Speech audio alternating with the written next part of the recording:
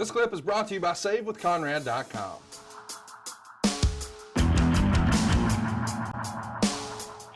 But now let's get to what we're talking about today. It's Money in the Bank 2010. And it went down, 10 years ago. And this feels like 2 weeks ago, July 18th from the Spirit Center in Kansas City, Missouri. We got about 8,000 fans in attendance. We sold about 169,000 pay-per-views. And this is the very first Money in the Bank pay-per-view. What'd you think of a whole pay-per-view named after a gimmick match, Arn? Well, I'm just not a fan of when you have a match like this,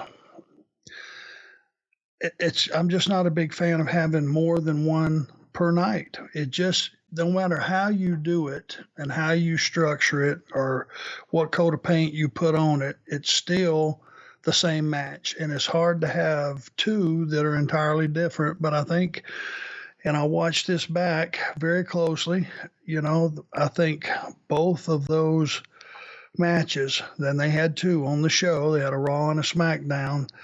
They were different, and my hat's off to those guys for making them very, very different. So it wasn't an easy task. A lot of work went into it, a lot of thought, a lot of comparing notes. Still not a fan of having two elimination chambers or two Money in the Banks or two Hell in the Cells, because one is going to take away from the other in most cases. I'm not sure that happened. I may have been wrong about this one, because watching them very, very carefully, they were very different. Yes, they are. We should remind you, the rules of the match are simple. It's a ladder match with a briefcase hanging down from the ceiling. It contains a contract for a world title match anytime for the next year. What'd you think of the actual concept of a Money in the Bank ladder match? What do you think of the concept of that gimmick match?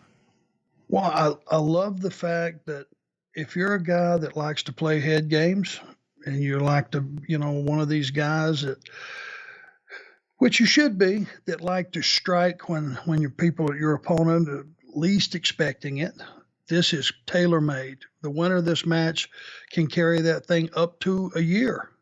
You can wait till 1 week before it's due to run out and cash that thing in, or just people forget that you've even got it, and almost like, you carry it to the ring week after week after week. After a few months, it's just like your knee pads or tape around your wrist. It's just part of you, and people forget what's in that case. And that thing wields a lot of power. You can become the world champion just like that.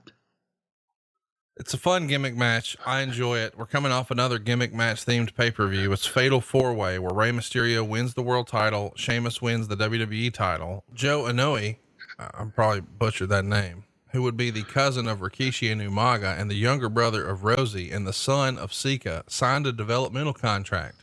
He's listed at 6'3", 280 pounds. It was largely expected this would be the case if he didn't make it in the NFL. He was first team all ACC defensive tackle at Georgia Tech in 2006, but wasn't drafted by any NFL team. He went to the Minnesota Vikings as a free agent and was on the practice squad for the 2007 season, but was cut after the season. He then played in Canada for the Edmonton Eskimos. So we're learning of a new signee, part of the Samoan dynasty, and he did all right. Old Roman Reigns, don't you think? Never forget the first conversation I had with Roman was down at the school, and he hadn't been there long. And I saw him and just said, hey, give me 5 minutes to get to know you. And we had a nice conversation, and the guy, I knew right then, the first thing that popped into my head is this guy's a star. Yeah. He speaks like a star. He looks like a star. He carries himself with a lot of poise. He's respectful. He's just one of those guys you look at and go, you'll be hearing about that guy. And it just jumped off the page to me. He was just really, looked like a movie star. No doubt about it. And I think he will be a movie star one day, but hopefully he's going to be wrestling for as long as he'd like. And hey, it's Conrad Thompson. Thanks for checking out the podcast here on YouTube. Be sure to hit the subscribe button and the notifications bell so you get a notice anytime we upload some new content. And go save yourself some money right now. If you're in a 30-year loan or you have credit card debt, it's not a matter of if I can save you money. It's a matter of how much. Find out right now for free at SaveWithConrad.com.